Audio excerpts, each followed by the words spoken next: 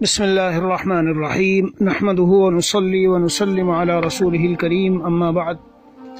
میرے عزیزوں اور بھائیوں، بیان سننے والوں، میں نے عرض کیا تھا 2-3 دن پہلے جب اعلان کیا گیا کہ انشاءاللہ تعالی بیانات کی ترتیب دوبارہ شروع ہونے جا رہی ہے، تو اس میں نے بات عرض کی ضروری نہیں ہے کہ ہر دن بیان ہو، کبھی کسی کتاب سے کوئی مضمون پڑھ کے سنایا جائے گا، کبھی کچھ میں دینی گفتگو کر لوں گا اسی کی احادیث قرآن و سنت کی روشنی میں، اور کبھی کسی اللہ والے کا کوئی ایسا نفع بخش مضمون ہو، کوئی اصلاحی خط ہو، اس طرح کا کوئی جواب ہو کہ جو سب کے لیے مفید و نافع ہو۔ بہرحال تو میرے عزیزو، آج بندے ناچیز حکیم الامت حضرت تھانوی رحمۃ اللہ علیہ کی کتاب شوق وطن سے پڑھ کے سنا رہا ہے۔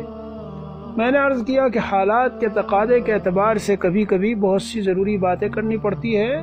ایک ہوتا ہے رسمی بیان، یعنی بقرعید کا موقع آیا تو قربانی پہ بیان کرو، رمضان کا موقع آیا تو روزے پہ بیان کرو، اور فلاں غزوے کا موقع آیا اس غزوے میں بیان کرو۔ اور ایک ہوتا ہے کہ اس وقت میں لوگوں کو ضرورت کس چیز کی ہے۔ جی آج بھی ہمارے یہاں میرے خیال سے 3 یا 4 جنازے ہوئے، اور اس طرح بہت سے مختلف ملکوں کے مختلف علاقوں میں بیماری جو پھیلی ہے، تو یہ صورتحال چلی ہوئی ہے۔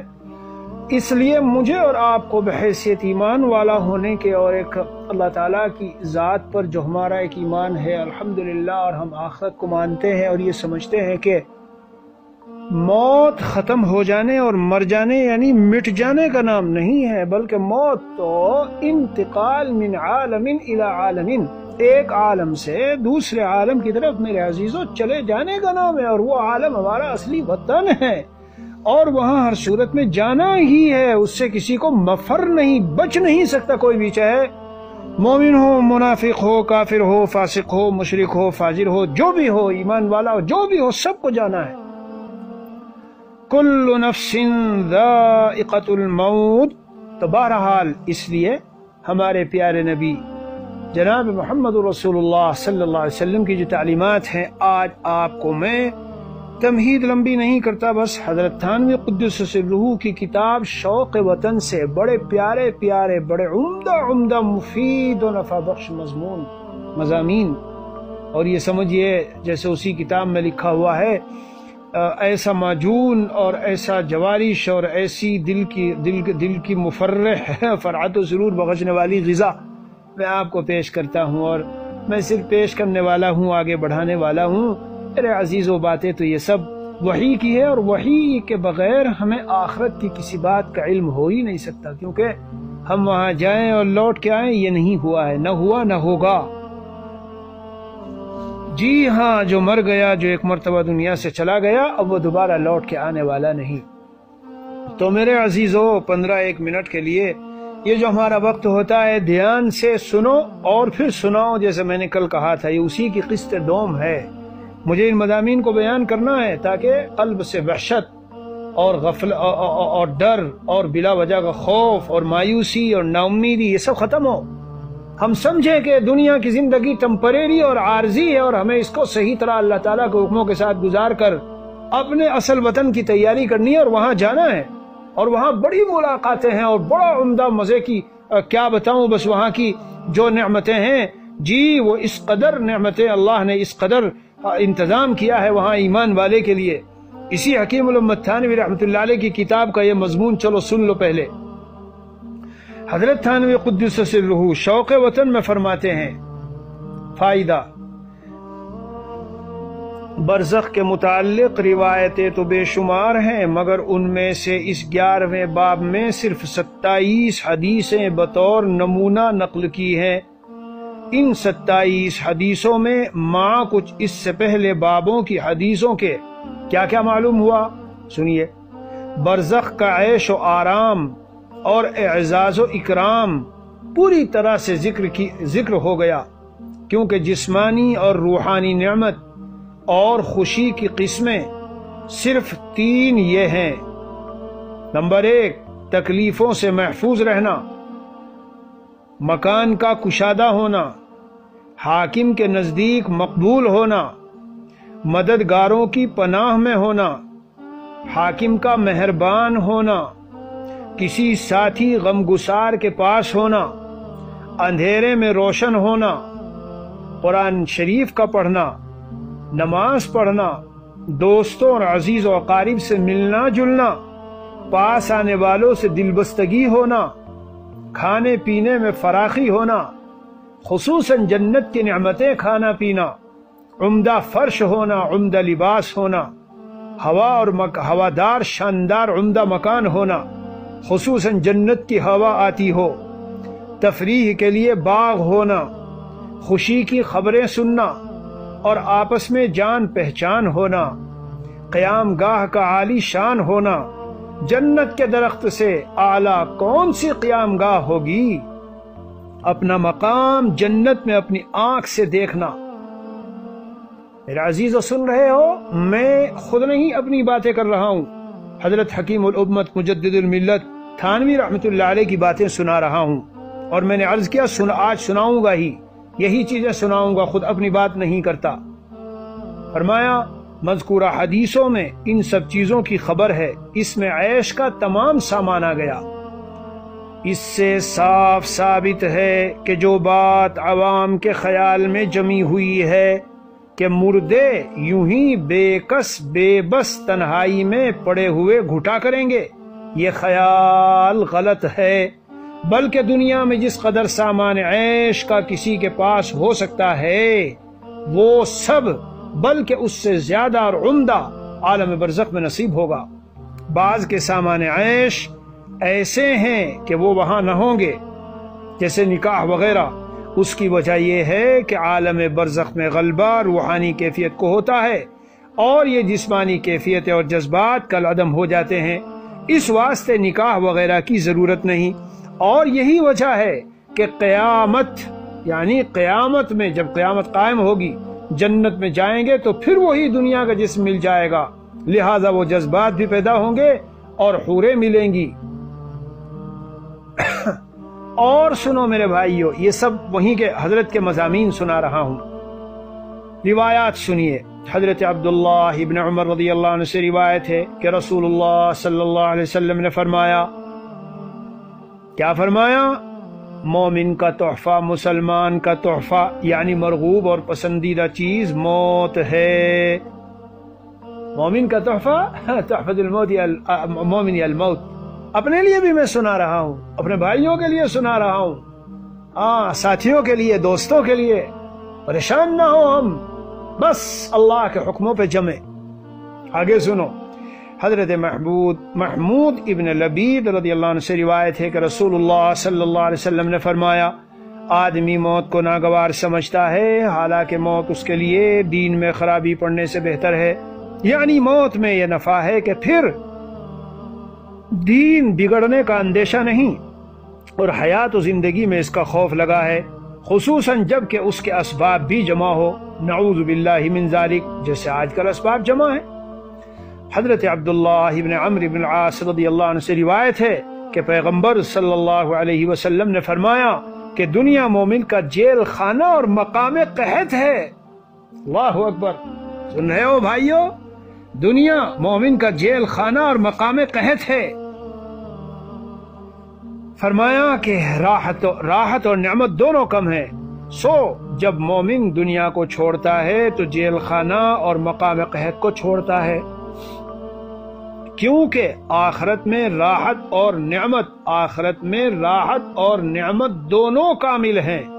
آخرت میں راحت اور نعمت دونوں کامل ہیں، ظاہر ہے وہاں دونوں اعلیٰ درجے کی ملے گی۔ حضرت ابو مالک اشعری رضی اللہ عنہ سے روایت ہے، زبردست بات ہے، سنو غور سے۔ رسول اللہ صلی اللہ علیہ وسلم نے دعا فرمائی، کیا دعا فرمائی؟ اللہم حبب الموت الى من يعلم ان محمدا صلی اللہ علیہ وسلم رسول۔ ترجمہ سنا رہا ہوں۔ دعا فرمائی نبی کریم صلی اللہ علیہ وسلم نے، الہی جو شخص میرے رسول ہونے کا اعتقاد رکھتا ہے، موت کو اس کا محبوب بنا دیجئے۔ ہاں، میں تھوڑا سا ایک دو جملہ بڑھا دوں، میرے عزیزو، میرے پیارو، جو چیز محبوب ہو تو اس کے آنے سے وحشت، گھبراہٹ، ڈر، خوف کیوں؟ جو حضور صلی اللہ علیہ وسلم کے رسول ہونے کا ایمان رکھتا ہے، اللہ کے نبی علیہ الصلوۃ والسلام اس کے لیے دعا فرما رہے ہیں، اے اللہ اس کے لیے تو موت کو محبوب فرما دیجئے۔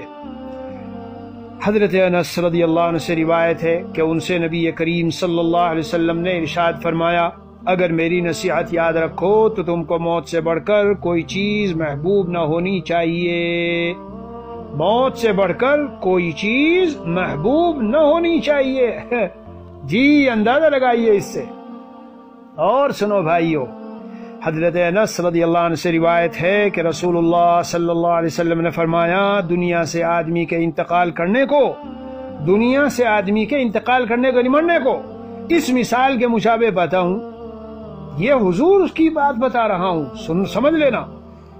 دنیا سے آدمی کے انتقال کرنے کو اس مثال کے مشابہ پاتا ہوں، جیسے بچہ ماں کے پیٹ سے یعنی اس تنگی و تاریکی سے دنیا کی کشادگی میں آتا ہے کہ آنے کے قبل اس کو بڑی راحت کی جگہ سمجھتا تھا، مگر دنیا کی راحت و لذت دیکھ کر پھر وہاں جانا نہیں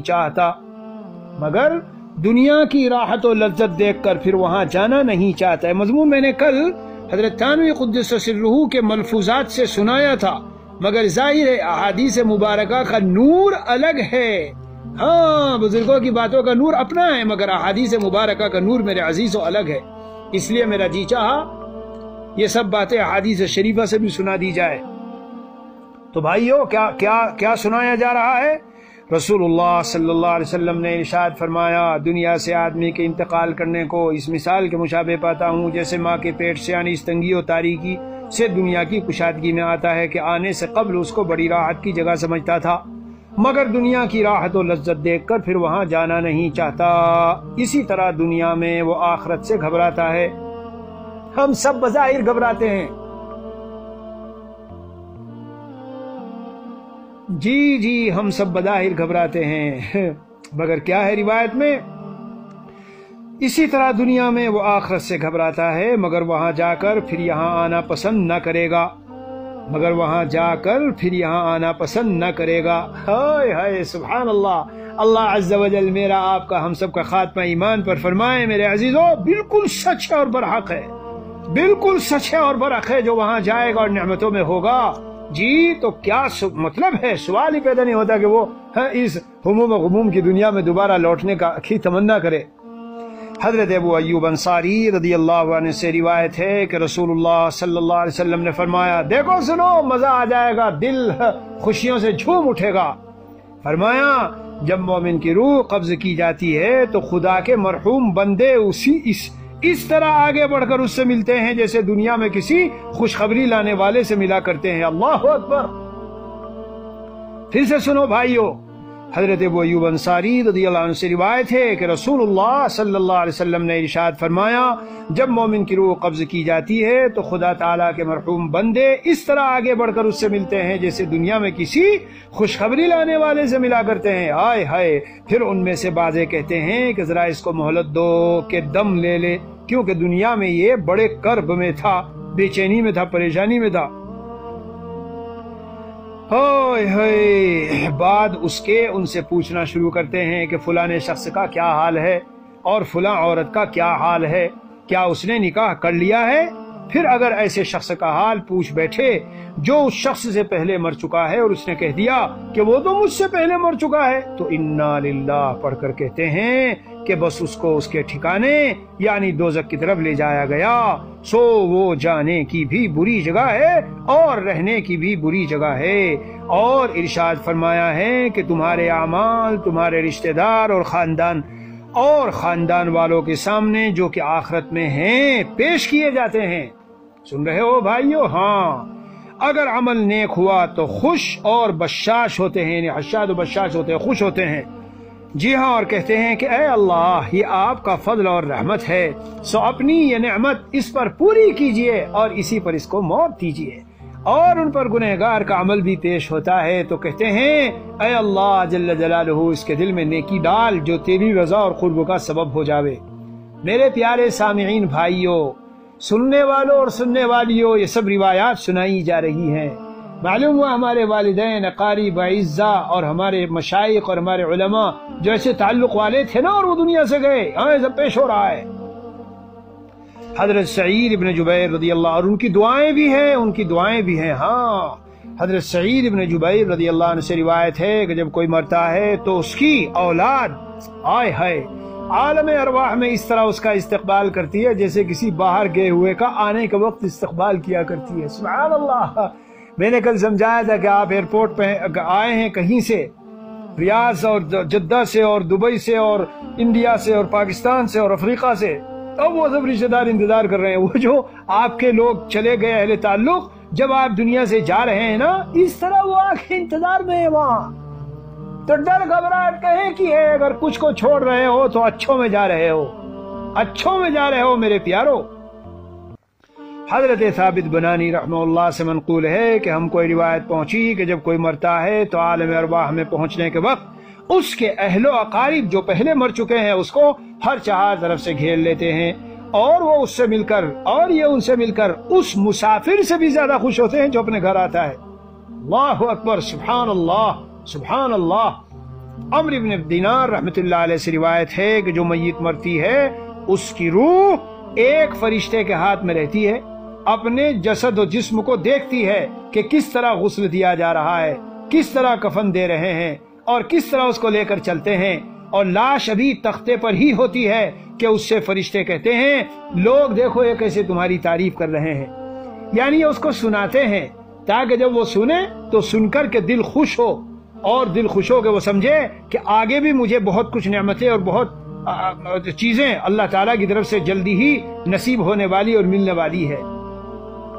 حضرت ابن عمر رضی اللہ عنہ سے روایت ہے کہ رسول اللہ صلی اللہ علیہ وسلم نے فرمایا جو مسلمان خواہ مرد ہو یا عورت شب جمعہ یا روز جمعہ کو وفات پاتا ہے وہ عذاب قبر اور امتحان قبر سے محفوظ رہتا ہے اور اللہ تبارک و تعالی سے بلا حساب ملے گا، اور قیامت میں وہ اس طرح آئے گا کہ اس کے ساتھ یا تو وہ گواہ ہوں گے جو اس کی بھلائی کی گواہی دیں گے، یا کوئی مہری سند ہوگی اس کے اچھے اچھے اعمال پر لگی ہوئی۔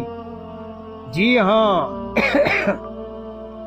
حضرت ابن عمر رضی اللہ عنہ سے روایت ہے کہ رسول اللہ صلی اللہ علیہ وسلم نے فرمایا کہ جب آدمی اپنے غیر مولد یعنی غیر وطن میں مر جاتا ہے، سنو میرے بھائیو، وہ اپنے وطن میں نہیں ہے، دنیا دار لوگ تو اس کو بڑا عیب سمجھتے ہیں، یہاں تک کہ جو بے وطن مر جاتا ہے تو اس کی لاش کو کس کس طرح کر کے وطن منگاتے ہیں، خلاف سنت و شریعت۔